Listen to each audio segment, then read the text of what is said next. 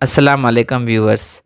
आज मैं डिस्कस के लिए जो टॉपिक सिलेक्ट कर चुका हूँ वो एमसीक्यूज़ कॉर्नर में से है। पाकिस्तान अफेयर्स हमारी डिस्कशन का आज टॉपिक है। पाकिस्तान अफेयर से हमने 3 सब टॉपिक सिलेक्ट किए हुए जो कि आगे जाके डिस्कस करने हैं। National anthem of Pakistan, reverse and national accountability bureau, ये 3 टॉपिक आज की डिस्कशन के हैं और ये एमसीक्यूज़ वर्जन है। आपने FPSC, SPSC, IBA etcetera etcetera preparation के लिए 20% एमसीक्यूज़ पाकिस्तान अफेयर्स में से ही कवर हो जाते हैं। अब हमें प्लानिंग करनी है। पहले सबसे प्लानिंग में क्या होना चाहिए? Collection of material. उसके बाद दूसरा प्लान होना चाहिए डिसिप्लिन्ड स्टडी का, हमें कितने आवर्स की स्टडी करनी चाहिए। थर्ड वर्जन जो होगा वो हमें एग्जामिनर के थॉट और उसकी थिंकिंग के मुताबिक स्टडी करनी चाहिए। मसलन ये जो एग्जामिनर 20 क्वेश्चन पाकिस्तान कॉर्नर में से, पाकिस्तान अफेयर में से सिलेक्ट करेगा, उसकी एरियाज़ क्या क्या हो सकती हैं, कहाँ कहाँ से सिलेक्ट कर सकता है। फॉर एग्ज़ाम्पल अगर पाकिस्तान बेस्ड टेस्ट है या सिंध बेस्ड टेस्ट है या पंजाब बेस्ड टेस्ट ले रही है कोई सर्विस, तो लाजमन है वो कैबिनेट को टच करेंगे। It is most important. कोई पोर्टफोलियो डिस्कस हो सकता है, कोई एमसीक्यूज आ सकता है, foreign minister of Pakistan, education minister of Pakistan, कोई इम्पॉर्टेंट प्लेस को पूछ सकते हैं।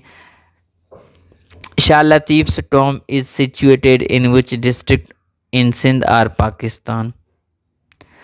खीरसर mountain ranges, Bahawal district is situated where, etcetera etcetera. ये चंद लम्हा मैंने एमसीक्यूज़ वर्जन के लिए कुछ एग्जांपल्स मैंने आपको बताने हैं। अच्छा, उसमें से हमें क्या स्टडी करनी चाहिए? हमें जो स्टडी करनी चाहिए वो एग्ज़ाम बेस्ड। सबसे पहले हमें रिवीजन करनी चाहिए कुछ प्रीवियस ईयर्स के एमसीक्यूज़ की, उनमें से हमें चंद एक मिल जाता है एमसीक्यूज़। तो आज का हमारा जो डिस्कशन करने का टॉपिक है वो पहले जो है वो मैंने national anthem of Pakistan select किया है। इनमें से कौन कौन से एमसीक्यूज़ आ सकते हैं? ये एमसीक्यूज़ इम्पॉर्टेंट है। नेशनल एंथम रेडियो पाकिस्तान पे फर्स्ट टाइम कब एयर्ड हुआ था? 13 अगस्त 1953 को हुआ था। इसके स्टेंजा कितनी हैं? 5 स्टेंजा हैं। इसके लाइंस का पूछ सकते हैं, 15 लाइंस हैं। प्लेइंग ड्यूरेशन कितनी हो सकती है? 1.20 सेकंड्स, ये भी पूछ सकते हैं। अच्छा, इसका जो है कंपोज़र कौन है, कंपोज किसने किया हुआ है? अहमद जी चागला इसके कंपोज्ड हैं और हफीज़ जालंधरी इस एंथम को राइट कर चुके हैं। ये एमसीक्यूज़ इस मुतालिक हो सकते हैं और यही एमसीक्यूज़ में से आपके यहाँ कोई ना कोई, अगर एग्जामिनर नेशनल एंथम में से कोई क्वेश्चन ऐड करना चाहते हैं तो यही एरियाज़ ऑफ स्टडी हैं, इसके आगे हमें नहीं जाना चाहिए। उसके बाद मैंने जो टॉपिक आपको डिस्कस करना है वो है नेब। नेब का फुल फॉर्म आ सकता है नेशनल अकाउंटेबिलिटी ब्यूरो। नेब का हेडक्वार्टर कहाँ पे है? इस्लामाबाद में। इस इंस्टीट्यूशन का फंक्शन क्या है? Main function of NAB is to curb corruption, kickbacks. ये एक ऑटोनॉमस बॉडी है। उसके बाद अगर एग्जामिनर कोई डीपली जाना चाहेगा तो वो ये पूछ सकता है कि ये जो इदारा है कब डिज़ाइन किया हुआ है और हु वाज इट्स क्रिएटर। 1999 16 नवंबर को president Musharraf, the then president of Pakistan, compose कर चुके हैं, फाउंडेड कर चुके हैं। The main function to overcome corrupt practices. उसके बाद इसका करंट चेयरमैन कौन है? जावेद इकबाल है, ये इसका ऑनगोइंग चेयरमैन है। अच्छा, नेब का जो चेयरमैन है उसको सिलेक्ट कौन करता है? उसको सिलेक्ट जो बॉडी करती है वो opposition leader of national assembly and prime minister of Pakistan. वो कमेटी को रेफ़र भी कर सकते हैं और ख़ुद भी सिलेक्ट कर सकते हैं अगर वो अपने यहाँ सेटिस्फाई नहीं हो सकते हैं। उसके बाद जो लास्ट इम्पॉर्टेंट टॉपिक मैंने टच किया हुआ है आप लोगों के लिए, ये आपने ज़हन नशीन कर लेना चाहिए कि अगर एग्जामिनर कोई क्वेश्चन दे सकता है तो रिवर में से पॉसिबल दे सकता है। अच्छा, जो रिवर में से क्वेश्चन देगा वो कौन कौन सा क्वेश्चन हो सकता है? एमसीक्यूज़ के लिए हमें किस किस एरिया को टच करना चाहिए जो कि रिवर बेस्ड हैं, ये भी एग्जामिनर पूछ सकता है कि पाकिस्तान में टोटल कितने रिवर्स हैं। There are 24 rivers inside Pakistan. Indus, Jhelum and Chenab, these three river are called spinal cords of our economy and agriculture sector। Viewers, आपको पता होना चाहिए कि हमारा जो पाकिस्तान कंट्री है ये ओवरऑल इसका जो रिलायंस है एग्रीकल्चर पे है, क्योंकि हमें एग्रीकल्चर बेस्ड कंट्री हैं और हमारी इकोनॉमी का जो लार्ज पार्ट ऑफ इकोनॉमी होता है वो एग्रीकल्चर सेक्टर पे ही मुफीद होता है।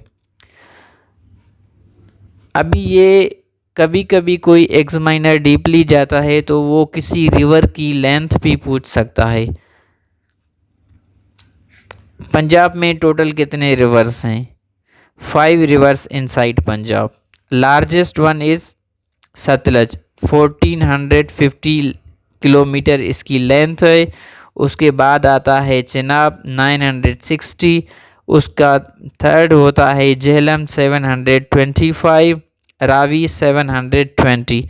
एक रिवर निकलता है इन चारों में से मिल के वो आगे जहाँ पे निकलता है वो पंजनत कहलाता है। पंजनत 74 किलोमीटर से वो आगे जाके इंडस रिवर में फिलो हो जाता है। तो व्यूअर्स, एग्जामिनेशन के लिए ये भी हमें इम्पोर्टेंट हैं कि हमें जो है सबसे ज़्यादा लंबा जो रिवर है पाकिस्तान का यानी कि लॉन्गेस्ट वो इंडस रिवर है।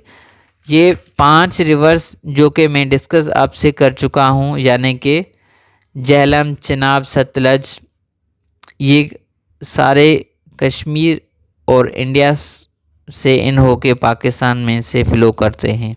ये हमारी एग्रीकल्चर के लिए इंतहाई इम्पोर्टेंट है। रावी फॉल होता है सतलज में, Sutlej fall into Chenab and Jhelum, but all 4 rivers make an other river that is called Panjnad, जो कि मैंने आपको बताया है 74 किलोमीटर्स हैं। अच्छा, ये सारे जिस मकाम पे मिलते हैं उसको हम मिठन कोट कहते हैं। वो साउथ पंजाब का एरिया है, वहाँ पे ये सारे मिल जाते हैं। कभी कभी एग्जामिनर ये भी क्वेश्चन स्पेशली एफपीएससी में आ सकता है और आता रहता है, रिपीटेड क्वेश्चन है, झेलम एंड चिनाब कहाँ पे मीट करते हैं? ये 2 रिवर ट्रेमू इलाका है पंजाब का, वहाँ पे मीट करते हैं। इंडस की लेंथ क्या है? 3180। अच्छा, इंडस कहाँ से आता है? तिब्बत, चाइना से और ठट्टे के मकाम पे अरेबियन रिवर में मिल जाता है। ये सिंध और पाकिस्तान का एक सबसे लार्जेस्ट रिवर है। उसके बाद आ जाते हैं हम जो स्टडी के लिए सिलेक्ट करते हैं वो रिवर्स ऑफ केपी के। केपी में से 3 ऐसे रिवर हैं जो कि अफ़गानिस्तान से इंटर होके पाकिस्तान में इंटर होते हैं। उनमें से गोमल, कुन्नर और काबिल। अच्छा, काबिल रिवर की जो लेंथ है वो 700 है।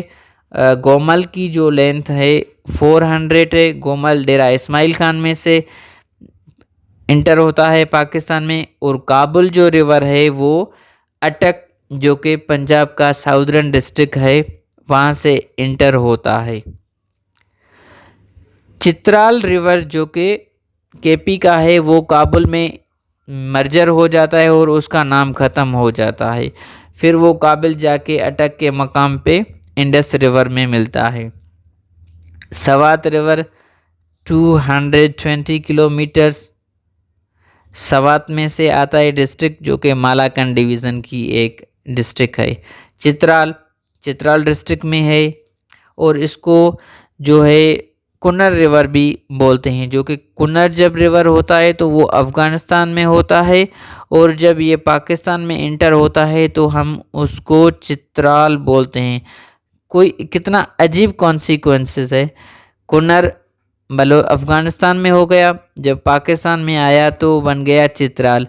जब पंजाब में इंटर होके काबुल भी अफ़गानिस्तान से ही आता है, जब काबुल में इंटर होता है फिर उसका नाम ख़त्म हो जाता है। यानी कि ये जो चित्राल रिवर है अफ़गानिस्तान से जब निकलता है तो बॉर्डर पे उसका नाम चेंज हो जाता है। जब ये इंडस में मर्जर होता है तो इसका जो रिवर का नाम है वो फिर चेंज हो जाता है, यानी कि रिवर काबुल में मर्ज होके ख़त्म हो जाता है। उसके बाद इम्पोर्टेंट जो हैं पंचकोरा अपर दीर 220 लेंथ है इसकी। कुरम रिवर है जो कि 320 फिलो कोहे सुफनत इन कुरम डिस्ट्रिक्ट केपीके में है। अच्छा, उसके बाद हमारा जो आ जाते हैं बलूचिस्तान के रिवर्स। बलूचिस्तान में टोटल 7 रिवर्स हैं। सबसे लंबा जो है वो Hingol 560 kilometre largest Makran division यानी कि गवादर में है। दश्त रिवर है 430 किलोमीटर, वो भी गवादर में है। जोब रिवर आ गया, रक्षा, लोरा, हब।